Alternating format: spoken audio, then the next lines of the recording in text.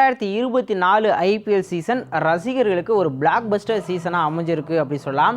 இது வரைக்கும் பார்த்தோம் அப்படின்னா 62 லீக் மேட்சஸ் முடிஞ்சிருக்கு. இன்னும் 8 லீக் போட்டிகள் தான் இருக்கு. ஆனாலும் கூட பார்த்தோன்னா ஒரே ஒரு அணி மட்டும்தான், கேகேஆர் மட்டும்தான் பிளே ஆஃப் வாய்ப்பை உறுதி செஞ்சுருக்காங்க.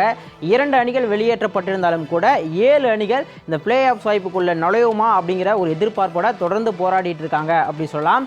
நேற்று பார்த்தோம் அப்படின்னா சண்டே, ஒரு சூப்பர் சண்டேல 2 சூப்பரான மேட்சஸ் வந்து நேற்று நடந்தது. ஸோ முதல் மேட்ச் பார்த்தோம் அப்படின்னா சென்னை சூப்பர் கிங்ஸ் அணி ராஜஸ்தான் ராயல்ஸ் அணி எதிர்த்து அவங்களுடைய ஹோம் கிரவுண்டான எம்ஏ சிதம்பரம் ஸ்டேடியம் சென்னையில் வந்து மோதினாங்க.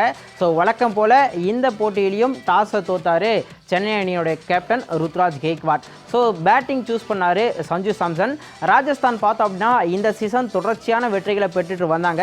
பட் கடந்த 2 போட்டிகளில் வந்து ஒரு தோல்வியை சந்திச்சிருக்கும் போது இந்த போட்டியில் மறுபடியும் வெற்றி பாதைக்கு திரும்புவாங்களா அப்படிங்கிற ஒரு எதிர்பார்ப்பு இருந்தது. ஸோ அதனால் அவங்க வந்து இப்போ விசிட்டிங் டீமாக அவங்க வந்து பேட்டிங் வந்து ஃபஸ்ட்டு சூஸ் பண்ணாங்க. ஸோ தொடக்க ஆட்டக்காரர்களாக பார்த்தோம் அப்படின்னா எஸ்எஸ்வி ஜெய்ஸ்வால் மற்றும் ஜாஸ் பட்லர் 2 பேரும் களமிறங்கினாங்க. இந்த 2 டீம் வந்து இந்த 2 பேட்ஸ்மேன்ஸ் பார்த்தோம் அப்படின்னா ராஜஸ்தான் ராயல்ஸ் அணிக்கு கடந்த முறை சீசன்ஸ்லாம் பார்த்தோன்னா நல்ல ஸ்டார்ட் வந்து கொடுத்துருக்காங்க. அதுவும் எக்ஸ்ப்ளோசிவாக ஆடக்கூடிய 2 பேட்ஸ்மேன்ஸ். பட் இந்த சீசன் வந்து கொஞ்சம் ஆன் அண்ட் ஆஃபாக தான் இருந்திருக்காங்க. ஸோ அவங்களுடைய ஃபார்ம் கொஞ்சம் வந்து சுமாராக தான் இருக்குன்னு சொல்லலாம். நேற்றும் அதே மாதிரி தான் இருந்தது. முதல் 6 ஓவர் கொஞ்சம் பொறுமையாக பார்த்து நிதானமாக தான் ஆடினாங்க. வெறும் 42 ரன்கள் மட்டும்தான் அவங்களால அடிக்க முடிஞ்சது முதல் 6 ஓவர்களில். ஆனாலும் கூட விக்கெட் விழாமல் வந்து பார்த்துக்கிட்டாங்க அப்படி சொல்லலாம். ஆனால் அதுக்கடுத்து பார்த்தோம் அப்படின்னா தொடர்ந்து வந்து 7வது ஓவரை வந்து வீச வந்தார் சென்னை அணிக்காக சிமர்ஜித் சிங். அவருக்கு வந்து வாய்ப்பு கிடைச்ச முதல் போட்டியிலேயே அட்டகாசமாக 3 விக்கெட்டுகள் எடுத்தார். ஆனால் கடந்த போட்டியில் நிறையவே ரன்ஸ் கொடுத்தாரு ஜிடி கிட்ட. ஆனால் நேற்று பார்த்தோம்னா அவர் வீசின முதல் ஓவர்லேயே வந்து விக்கெட் எடுத்து கொடுத்தாரு எஸ்எஸ்வி ஜெய்ஸ்வாலோட விக்கெட்டை.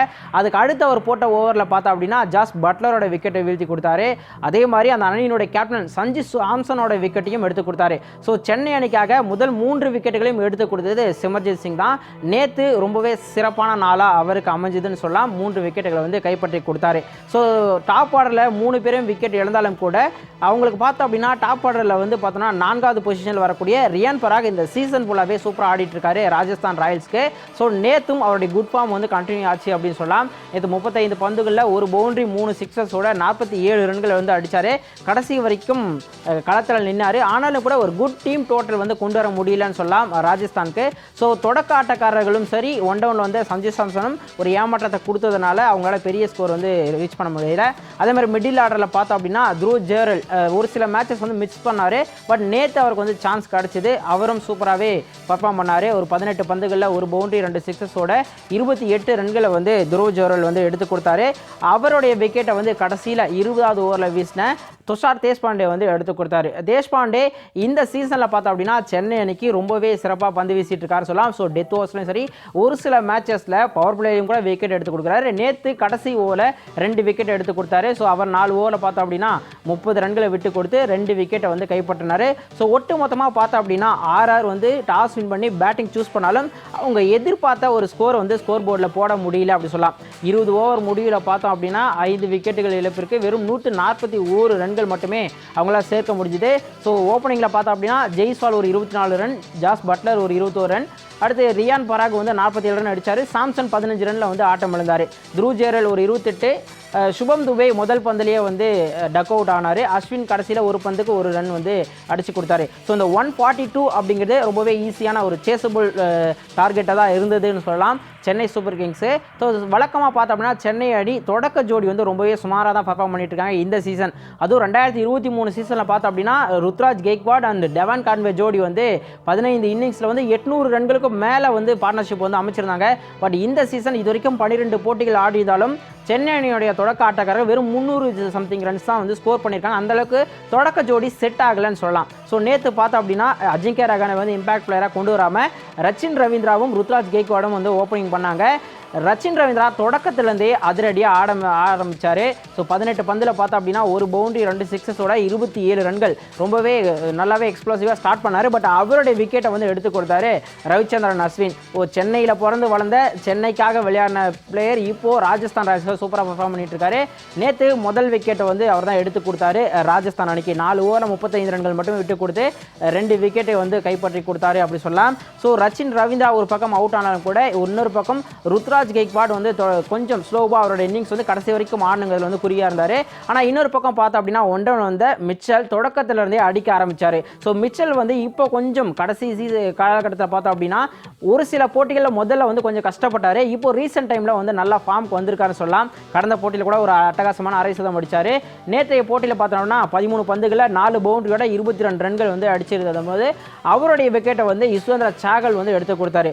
சாகல் பார்த்தோம் அப்படின்னா இந்த சீசனில் கொஞ்சம் வந்து நிறையா வந்து ரன்ஸ் கொடுக்குறாரு. எக்கனாமிக்கலாக பவுல் பண்ண முடியலனாலும் கூட விக்கெட்ஸ் வந்து தேவையான சமயத்தில் எடுத்து கொடுக்குறாரு. ஸோ நேற்று வந்து எக்கனாமிக்கலாகவும் போட்டார் அப்படிங்கிறது குறிப்பிடத்தகுந்த விஷயம். 4 ஓவரில் பார்த்தோம் அப்படின்னா 22 ரன்கள் மட்டுமே விட்டு கொடுத்து ஒரு விக்கெட்டையும் எடுத்து கொடுத்தாரு. அதுவும் முக்கியமான விக்கெட் டேரன் மிச்சலோட விக்கெட், மேன் இன் ஃபார்ம்னு சொல்லலாம். அவருடைய விக்கெட் எடுத்து கொடுத்தாரு. அடுத்து வந்த Moeen Ali Darren Mitchell partnership தான் கடந்த போட்டி ஜிடி போட்டியில் வந்து சூப்பராக இருந்தது. பட் இப்போ வந்து மொயின் அலியை சீக்கிரமாக அவுட் ஆக்கிட்டாங்க அப்படின்னு சொல்லலாம். ஸோ அடுத்தது பார்த்தோம் அப்படின்னா சிவம் டூபே வந்து வந்தார். சென்னை அணியை பொறுத்த வரைக்கும் ஸ்பின்னர்ஸ் அட்டாக் பண்ணுறதுக்காகவே சிவம் டூபே வச்சுருக்காங்க அப்படி சொல்லலாம். ஸோ நேற்று அதே மாதிரி அஸ்வினோட ஓவரில் சூப்பராக ஒரு பேட்டிங் வந்து ஆனார். ஒரு 6 கூட அடித்தார், 2 பவுண்டரியும் அடித்தார் ஒரே ஓவரில். ஆனாலும் கூட அவருடைய விக்கெட்டை வந்து அஸ்வின் எடுத்துட்டார். ரியான் பராக் அந்த அட்டகாசமான ஒரு கேட்ச் மூலமாக சிவம் துபேயோட விக்கெட்டை வீழ்த்தினார். ஸோ இந்த விக்கெட் பார்த்தோம் அப்படின்னா ரவிச்சந்திரன் அஸ்வினுக்கு ஐபிஎல் ஹிஸ்ட்ரியில் சென்னை சேப்பாக்கம் மைதானத்தில் 50வது விக்கெட். இந்த மாதிரி சென்னை சேப்பாக்கம் மைதானத்தில் 50 விக்கெட் வீழ்த்தின ஒரே பவுலர் அப்படிங்கிற பெருமையை பெற்றிருக்காரு. ஸோ ஐபிஎல் ஹிஸ்ட்ரியில் பார்த்தோம் அப்படின்னா ஒரு ஹோம் கிரவுண்டில் வந்து நிறைய விக்கெட்ஸ் வீழ்த்தின வீரர்கள் பட்டியலில் பார்த்தோம்னா முதல் இடத்துல சுனில் நரேன் இருக்கார். அவர் வந்து ஈடன் கார்டன்ஸில் 70 விக்கெட்டுகளுக்கு மேலே வந்து வீழ்த்திருக்காரு அப்படின்னு சொல்லலாம். ஸோ அஸ்வின் வந்து இந்த 2 விக்கெட் வீழ்த்தினாலும் கூட அது வந்து போதுமானதாக இல்லை. கடைசி கட்டத்தில் பார்த்தோம் அப்படின்னா ருத்ராஜ் கெய்க்வாட் ஒரு 42 ரன்கள் 41 பந்துகள் வந்து எடுத்து கொடுத்து மேட்சை வந்து கடைசி வரைக்கும் கொண்டு வந்து ஈஸியாக ஃபினிஷ் பண்ணி கொடுத்தாரு ருத்ராஜ் கெய்க்வாட். இந்த சீசன் பார்த்தோம்னா சேப்பாக்கம் மைதானத்தில் சென்னை அணிக்கு ஒரு முக்கியமான ஒரு தூணாக இருக்காருன்னு சொல்லலாம். ஓப்பனிங்கில் வந்து கடைசி வரைக்கும் லாங் இன்னிங்ஸ் வந்து ஆடுறாரு. நேற்றும் அதை வந்து சிறப்பாகவே பண்ணி கொடுத்தாரு. கடைசி கட்டத்தில் சமீர் ரிஸ்வி பார்த்தோம் அப்படின்னா இம்பேக்ட் பிளேயராக வந்து அவர் ஒரு 15 ரன்கள் 8 பந்துகளை அடித்து ஈஸியாக வந்து மேட்ச் வந்து ஃபினிஷ் பண்ணி கொடுத்தாரு சொல்லலாம். ரசிகர்கள் வந்து சிஎஸ்கே ரசிகர்களை பொறுத்த வரைக்கும் மேட்ச் வின் பண்ணாலும் அவங்களுக்கு ஒரே ஒரு குறை என்னென்னா தோனியோட பேட்டிங்கை பார்க்க முடியாமல் போயிடுச்சு அப்படிங்கிறதான். மற்றபடி சிஎஸ்கேக்கு ஒரு மஸ்ட் வின் மேட்ச்சில் வந்து ஒரு அட்டகாசமான வின்னை வந்து பதிவு பண்ணாங்க. ஸோ சிஎஸ்கே பார்த்தோன்னா அந்த 142 ரன்கள் டார்கெட்டை 18.2 ஓவர்களில் வந்து கொஞ்சம் கம்ஃபர்டபுளாகவே ஈஸியாகவே வின் பண்ணிட்டாங்கன்னு சொல்லலாம். 5 விக்கெட்டுகளை மட்டுமே இழந்து இந்த வெற்றியை வந்து சிஎஸ்கே அணி வந்து பதிவு செஞ்சாங்க. ஸோ பேட்டிங்கில் பார்த்தோன்னா ஏற்கனவே சொன்ன மாதிரி ரச்சின் ரவீந்திரா ருத்ராஜ் கெய்க்வாட் 2 பேரும் ஓப்பனிங் ஓரளவுக்கு நல்லா இருந்தது. ஸோ 18.2 ஓவர் 145 ரன்கள் எடுத்து வெற்றியை பெற்றாங்க அப்படி சொல்லலாம். பட் இதுக்கு முன்னாடி ரவீந்திர ஜடேஜாவோட விக்கெட் வந்து ஒரு கேள்வி எழுப்புச்சுன்னு சொல்லலாம். ஏற்கனவே பார்த்தோம் நம்ம எஸ்ஆர்ஹெச்க்கு எதிரான போட்டியிலும் கூட ரவீந்திர ஜடேஜா வந்து ரன் ஓடும்போது ஸ்டம்புக்கு நேராக ஓடினார். ஸோ அப்போ வந்து புவனேஸ்வர் குமார் த்ரூ அடிக்கும் போது அது ஜடேஜா மேலே பட்டது. பட் ஆனால் அப்போ பார்த்தோம் அப்படின்னா விக்கெட் அப்பீல் பண்ணாங்க. பட் ஆனால் பேட் கமின்ஸ் வந்து அதை வந்து ரிப்பீட் வாங்கிட்டார். அதனால் வந்து அவுட் கொடுக்கல. பட் நேற்று அது நடக்கல. சஞ்சு சாம்சன் வந்து கிளைம் பண்ணார். ஸோ வந்து அவுட் கொடுத்துட்டாங்க. ஆக்சுவலி ரூல் பிரகாரம் பார்த்தா அது அவுட் தான். ஏன்னா பவுலரும் சரி ஃபீல்டரும் சரி வந்து இப்போ பேட்டிங் வந்து பேட்ஸ்மேன் வந்து ரன் ஓடும்போது ரன்னிங் பிட்வீன் த விக்கெட்டில் வந்து ஸ்டம்புக்கு நேராக இருக்கும்போது வந்து அப்செக்ட் த ஃபீல்டுன்னு சொல்லுவாங்க. இந்த மாதிரி பார்த்தோம் அப்படின்னா ஐபிஎல் ஹிஸ்டரி வரைக்கும் 3 தான் முறை தான் இந்த மாதிரி அவுட் வந்து நடந்திருக்கு. ஸோ இதுக்கு முன்னாடி அமித் மிஸ்ரா அண்ட் யூசப் பத்தான் அவுட் ஆகிட்டுருக்காங்க. ஸோ இந்த மாதிரி அப்செக்ட் த ஃபீல்டு முறையில் ஆட்டம் இழந்த 3வது வீரர் அப்படிங்கிற ஒரு மோசமான சாதனைக்கு சொந்தக்காரராக இருக்கார் ரவீந்திர ஜடேஜா. நேற்று இன்னொரு முக்கியமான சூப்பரான ஒரு போட்டி இருந்தது. பெங்களூரில் நடந்த இந்த போட்டியில் பார்த்தோம் அப்படின்னா ஆர்சிபி அணி வந்து மோதினாங்க. ரொம்பவே முக்கியமான ஒரு போட்டியும் கூட டெல்லி கேபிட்டல்ஸ் அணி எதிர்த்து. ஏன்னா ஆர்சிபி வந்து தொடக்கத்தில் தொடர்ச்சியான தோல்விகளிலிருந்து இப்போ மீண்டு வரதுக்கு ட்ரை பண்ணிட்டு இருக்காங்க. ஸோ தொடர் வெற்றிகளின் மூலமாக மட்டுமே அவங்க பிளே ஆஃப் சாய்ப்பில் வந்து தொடர்ந்து நீடிக்க முடியும் போது நேற்று ஒரு மஸ்ட் வின் மேட்ச்சில் ஒரு அட்டகாசமான வெற்றியை வந்து பதிவு செஞ்சாங்கன்னு சொல்லலாம். ஸோ முதல் பேட்டிங் பண்ண ஆர்சிபி அணி பார்த்தோம் அப்படின்னா 187 ரன்கள் வந்து சேர்த்தாங்க. நல்லாவே இருந்ததுன்னு சொல்லலாம் அந்த போட்டி. அதுவே இன்னொரு பக்கம் பார்த்தோம் அப்படின்னா டெல்லி கேபிட்டல்ஸ் அவங்களுடைய கேப்டன் இல்லாமல் வந்து இந்த போட்டியில் வந்து களமிறங்கினாங்க. ஏன்னா டெல்லி கேபிட்டல்ஸனுடைய கேப்டன் ரிஷப் பண்ட் பார்த்தோம் அப்படின்னா 3 போட்டிகளில் ரொம்பவே லேட்டாக வந்து பந்து வீசுனதன் காரணமாக அவருக்கு வந்து ஒரு மேட்ச் வந்து பேன் கொடுத்துருந்தாங்க. ஸோ அக்ஷர் பட்டேல் வந்து அந்த போட்டியை வந்து லீட் பண்ணார்.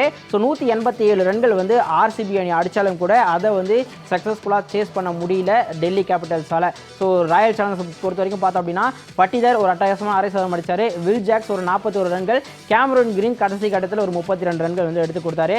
அதுவே டெல்லி தரப்பில் ரஷீக் சலாம் அண்ட் கலீல் அகமது 2 பேரும் தலா 2 விக்கெட்டுகள் வந்து எடுத்து கொடுத்தாங்க. ஆனால் சேசிங்கில் பார்த்தோம் அப்படின்னா அக்ஷர் பட்டேல் முதல் முறையாக கேப்டனாக களமிறங்கினார். ஒரு கேப்டனாக ஆடினார், 57 ரன்கள் அடித்தார். பட் மற்ற சைடில் வந்து பெருசாக வந்து பார்ட்னர்ஷிப் கிடைக்காதனால பார்த்தோன்னா 140 ரன்கள் மட்டுமே அவங்களால சேர்க்க முடிஞ்சது. ஸோ இதன் மூலமாக பார்த்தோம் அப்படின்னா ஆர்சிபி அணி இந்த சீசனில் தொடர்ச்சியாக 5வது வெற்றியை வந்து பதிவு செஞ்சுருக்காங்க. இது வரைக்கும் 17 ஆண்டுகால ஐபிஎல் ஹிஸ்ட்ரியில் ஆர்சிபி அணி தொடர்ந்து 5 போட்டிகளை வந்து வெற்றி பெறது இது 3வது முறை. இதுக்கு முன்னாடி பார்த்தோம் அப்படின்னா ஏற்கனவே இந்த மாதிரி இவங்க வின் பண்ண எல்லா டைமும் பார்த்தோம் அப்படின்னா ஃபைனல்ஸ் போயிருக்காங்க. பட் ஆனால் கப்பு வின் பண்ணதில்லை. ஸோ இந்த முறை ஃபைனல்ஸ் போய் கப்பு வின் பண்ணுவாங்களா அப்படிங்கிற ஒரு எதிர்பார்ப்பு அப்படிங்கிறது ரசிகர்கள் மத்தியில் இருக்குது. ஸோ அதுக்கு வந்து நம்ம மற்ற போட்டிகளோட ரிசல்ட்டையும் பார்க்க வேண்டி இருக்குன்னு சொல்லலாம். ஸோ புள்ளி பட்டியலில் பார்த்தோம் அப்படின்னா இந்த 2 அணிகளும் வெற்றி பெற்று இப்போது புள்ளி பட்டியலில் சிஎஸ்கே அணி 3வது இடத்திற்கும் ஆர்சிபி 5வது இடத்திற்கும் வந்து முன்னேறியிருக்காங்க. ஸோ புள்ளி பட்டியலை பார்க்கும்போதே தெரியும் கொல்கத்தா நைட் ரைடர்ஸ் வந்து குவாலிஃபை ஆகிட்டாங்க பிளே ஆஃப்ஸ்க்கு. ஆனால் கடைசியில் இருக்கக்கூடிய மும்பை அண்ட் பஞ்சாப் இந்த 2 அணிகளும் எலிமினேட் பண்ணிட்டாங்க. ஸோ இப்போ இடையில் இருக்கக்கூடிய 7 அணிகளில் எந்த அணி வேணாலும் பிளே ஆஃப்ஸ் போகிறதுக்கான வாய்ப்பு இருக்குது. பட் ஆர்சிபி அணி உள்ளே வரணும் அப்படின்னாக்க எல்எஸ்டி மற்றும் எஸ்ஆர்ஹெச் இந்த 2 டீம்ஸும் வந்து தோல்விகளை சந்திக்கணும். கடைசி போட்டி வந்து ஆர்சிபிக்கு சிஎஸ்கே கூட இருக்குது. அந்த போட்டியில் ஆர்சிபி வந்து ஒரு 18 ரன்கள் வித்தியாசத்தில் வந்து வீழ்த்தினாங்க சிஎஸ்கேனா அவங்க பிளே ஆஃப்ஸ் போகலாம். சப்போஸ் சிஎஸ்கே வந்து ஃபஸ்ட் பேட்டிங் பண்ணுறாங்க அப்படின்னாக்கா ஆர்சிபி 18.1 ஓவர்களுக்குள்ள வந்து அந்த ரன் சேஸை வந்து சக்ஸஸ்ஃபுல்லாக முடித்தாங்கன்னா அவங்க வந்து சிஎஸ்கே விட நல்ல பெட்டர் ரன் ரேட்டில் வந்து பிளே ஆஃப் போகிறதுக்கான வாய்ப்பு இருக்குது. ஸோ என்ன நடக்குது அப்படிங்கிறத பொறுத்திருந்து பார்க்கலாம். பட் இன்றைக்கி பார்த்தோம் அப்படின்னா ஐபிஎல்லில் ரொம்பவே சூப்பரான ஒரு போட்டி இருக்க போது குஜராத் டைட்டன்ஸ் அணி கொல்கத்தா நைட் ரைடர்ஸ் அணி எதிர்த்து விளையாட இருக்காங்க. குஜராத் இந்த சீசன் வந்து அவங்களுக்கு வழக்கம் போல் ரொம்ப ஒரு அமோகமான சீசனாக அமையினாலும் கூட கடந்த போட்டியில் சிஎஸ்கேவை ஒரு டாமினேட் வெற்றி பெற்றாங்க. அதேமாதிரி கொல்கத்தா வந்து முதல் அணியாக பிளே ஆஃப்ஸ் வந்து உறுதி செஞ்சுருக்காங்க. ஸோ இந்த 2 அணிகளும் இன்றைக்கி வந்து மோத இருக்காங்க அப்படி சொல்லலாம் அகமதாபாத்தில் இருக்கக்கூடிய நரேந்திர மோடி மைதானத்தில். இந்த போட்டி குஜராத் டைட்டன்ஸ் அணிக்கு ஒரு வாழ்வா சாவா போட்டி. அவங்க தோல்வி அடையும் பட்சத்தில் எலிமினேட் செய்யப்படுவாங்க. ஆனால் கொல்கத்தா நைட் ரைடர்ஸ் ஏற்கனவே பார்த்தோம் அப்படின்னா பிளே ஆஃப்ஸ் வாய்ப்பை உறுதி செஞ்சுட்டாங்க போது இந்த போட்டியில் வந்து குஜராத் டைட்டன்ஸ் வந்து எப்படியாச்சும் வெற்றி பெற்றே ஆகணும் அப்படிங்கிற ஒரு முனைப்போடு ஆடுவாங்க. ஸோ இந்த 2 அணிகளும் ஐபிஎல்லில் பார்த்தோம் அப்படின்னா இது வரைக்கும் 3 முறை நேருக்கு நேர் மோதியிருக்காங்க. அந்த 3 போட்டிகளில் பார்த்தோம் அப்படின்னா 2 போட்டிகளில் குஜராத் டைட்டன்ஸ் வந்து வெற்றி பெற்றிருக்காங்க. ஒரே ஒரு போட்டியில் தான் கொல்கத்தா வெற்றி பெற்றிருக்காங்க. ஸோ இந்த 4வது போட்டியில் கொல்கத்தா வெற்றி பெற போகிறாங்களா இல்லை குஜராத் டைட்டன்ஸ் அணி வெற்றி பெற்று புள்ளி பட்டியலில் முன்னேறதோட பிளே ஆஃப்ஸ் வாய்ப்பை தக்க வச்சிக்க போகிறாங்களா எல்லா விஷயத்தையும் நாளைக்கு இதே நேரம் விரிவாக பேசலாம்.